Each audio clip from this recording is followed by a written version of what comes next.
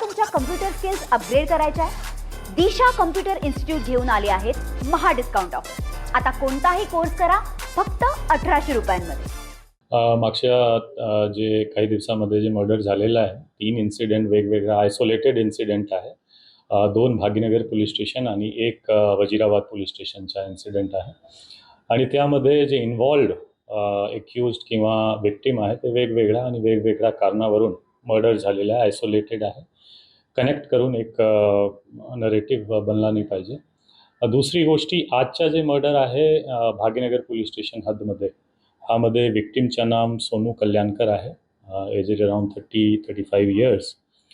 आणि ह्यामध्ये आपण निष्पन्न केला जवळपास 4 आरोपी आतापर्यंत निष्पन्न झालेला आहे. आणि 4ही आरोपी नांदेड पोलीसनं खूप काही तासातच आम्ही डिटेन पण केलेला आहे आणि पुढील तपास त्यामध्ये चालू आहे.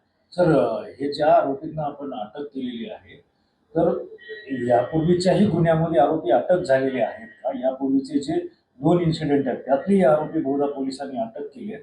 आणि तुम्ही प्रतिबंधात्मक कारवाया किती केलेल्या आहेत आजपर्यंत? जे जस्ट एक बॅकग्राऊंड क्लिअर करण्यासाठी की हा जे 3 गुन्हे आहे, हा तिन्ही गुन्ह्यामध्ये असा दिसतो की जे इन्व्हॉल्ड लोक मेन आहे त्यांच्या क्राईमची पार्श्वभूमी आहे. ते कोणी सामान्य माणूस नाही. त्यांची क्राईमची पार्श्वभूमी आहे, त्यांचे ओल्ड जुने रायव्हलरी आहे जे इतकेपर्यंत त्यांनी काही करू शकला नाही, पण आता एक स्पर्ट दिसतो यामध्ये त्यांनी केलेला आहे. एकंदरीत मागच्या 2.5 वर्षमध्ये आम्ही जवळपास 45 MPDAची कारवाई करून नांदेड जिल्ह्याचे जे 45 सराईत गुन्हेगार होता, जे की आम्ही प्रचलित कायद्याची प्रतिबंधक कारवाई केल्यानंतर सुद्धा सुधार झाला नव्हता, असा आम्ही MPDAमध्ये हर्सुल जेलमध्ये पाठवलेला आहे. त्यापैकी काही बाहेर पण आलेला आहे. एकंदरीत 55 आणि 56 महाराष्ट्र पोलीस ॲक्टमध्ये जे हद्दपारची एक्सटर्नमेंटची कारवाई असतो, त्यामध्ये जवळपास आम्ही 125-126 आरोपीला हद्दपार पण केलेला आहे मागच्या. तो असा एक मोठा प्रमाणावर जे सराईत गुन्हेगार हॅबिच्युअल ऑफेंडर्स होता ते नांदेडमध्ये हद्दपार आहे किंवा MPDAमध्ये जेलमध्ये आहे. पण असा एकंदरीत थोडंसं ऑब्झर्वेशन पण आहे की काही नवीन तरुण इंस्टाग्रामच्या असो किंवा सोशल मीडियाच्या असो, नवीन तरुण हा काही जुने गँगमध्ये किंवा त्यामध्ये सामील होऊन असा क्राईम करण्याची प्रवृत्ती एक थोडफार दिसतो. ह्यामध्ये सुद्धा जे मेन आरोपी होता भाग्यनगरच्या इन्सिडेंटमध्ये सुद्धा मेन आरोपी जे अनिल पंजाबी आहे, त्यांची गँग लीडर आपण म्हणू शकतो, हा पण MPDAमध्ये आतमध्ये होता. साई लाला उर्फ साई ग्रेवाल हा पण MPDAमध्ये आतमध्येच होता. 1 महिन्यापूर्वी जवळपास बाहेर आला होता. तसेच त्यांचे 2 साक्षीदारवर MPDA प्रपोज्ड होता. म्हणून असा एकंदरीत दिसतो की त्यांच्यावर वॉच आहे, त्यांच्यावर जे मॅक्सिमम पॉसिबल पोलिसिंग कारवाई आम्ही केलेला होता. पण बाहेर आल्यानंतर आणि काही नवीन मेंबर्सला घेऊन त्यांनी असा कृत्य केलेला आहे. आयसोलेटेड इन्सिडेंट आहे. नांदेड पोलीस फुल्ली कॉन्फिडंट आणि केपेबल आहे की यांच्यावर आम्ही 0 टॉलरन्स ठेवून यापुढे सुद्धा कारवाई करणार.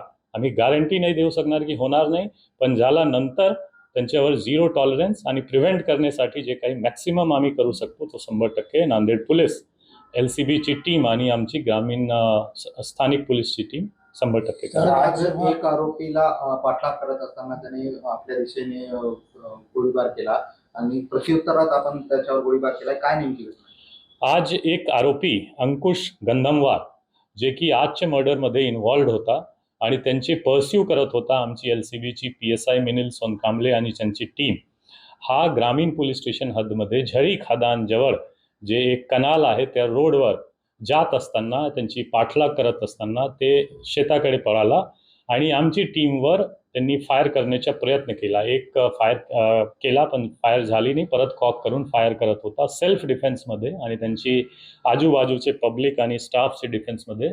प्रत्युत्तरमध्ये आमचे PSI मिलिंद सोनकांबलेनं पण त्यांच्यावर कमरचे खाली एक सेल्फ डिफेन्समध्ये फायर केलेला आहे. नीजवर त्यांना इंजुरी आहे आणि सध्या गव्हर्नमेंट हॉस्पिटलमध्ये अंकुश गंधमवार ॲडमिट आहे.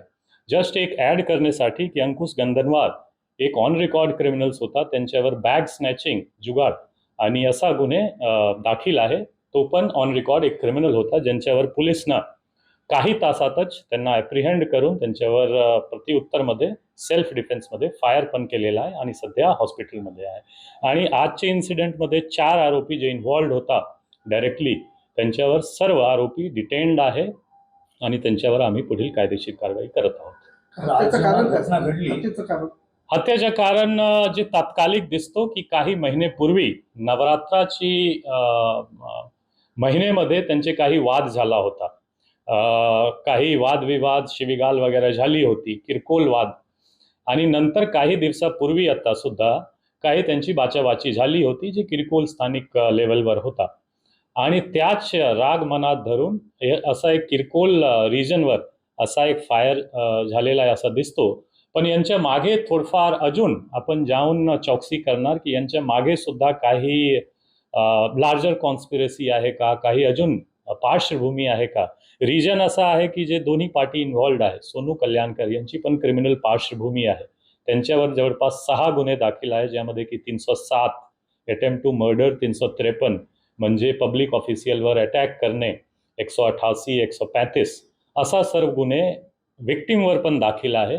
तसेच जे एक्युज्ड इन्व्हॉल्व होता जसा की अंकुश गंदलवार आणि दुसरे आरोपी यांची पण थोडंफार क्रिमिनल पार्श्वभूमी आहे. तर त्यांच्या पार्श्वभूमीमध्ये काय अजून लार्जर रिजन होऊ शकतो ते पुढील तपासमध्ये समोर येईल. ऑगस्ट 2021 मध्ये सोनू कल्याणकरवर फायरिंग झाली होती त्याच्या घरामध्ये आणि जिंदा गँगचा जो सदस्य आहे गोलू मंगनाळे त्याने ही फायरिंग करायला लावली होती. त्याचा काही संदर्भ आहे का यामध्ये? त्याच मी सांगितलं की पार्श्वभूमी बघून दोन्ही पार्टीच्या पार्श्वभूमी बघून जे एक्युज्ड आणि डिसीज्ड आहे त्या आता तपासमध्ये समोर येईल की काही लार्जर कॉन्स्पिरसी आहे, मागच्या काही पार्श्वभूमी आहे का, कनेक्शन इंटरकनेक्शन आहे का, की अजून काही आरोपी ह्यामध्ये इन्व्हॉल्व होऊ शकतो. अप्रत्यक्ष जे प्रत्यक्ष होता आम्ही सर्व अटक केलेला आहे.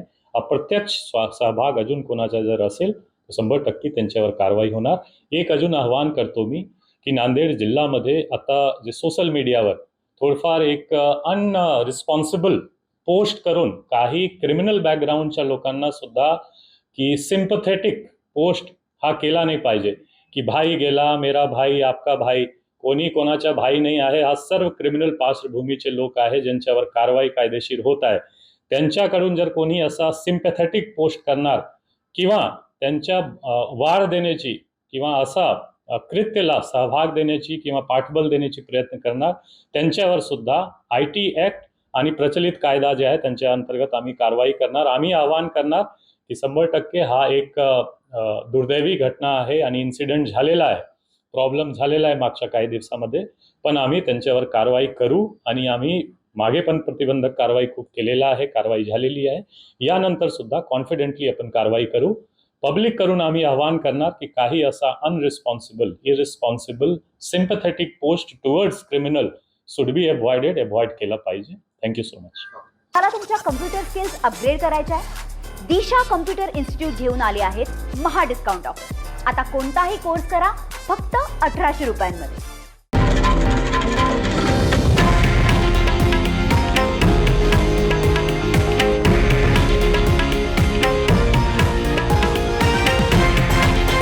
हे आहे देशातील नंबर 1 न्यूज नेटवर्क आणि आपण पाहत आहात TV9 मराठी, एकमेव.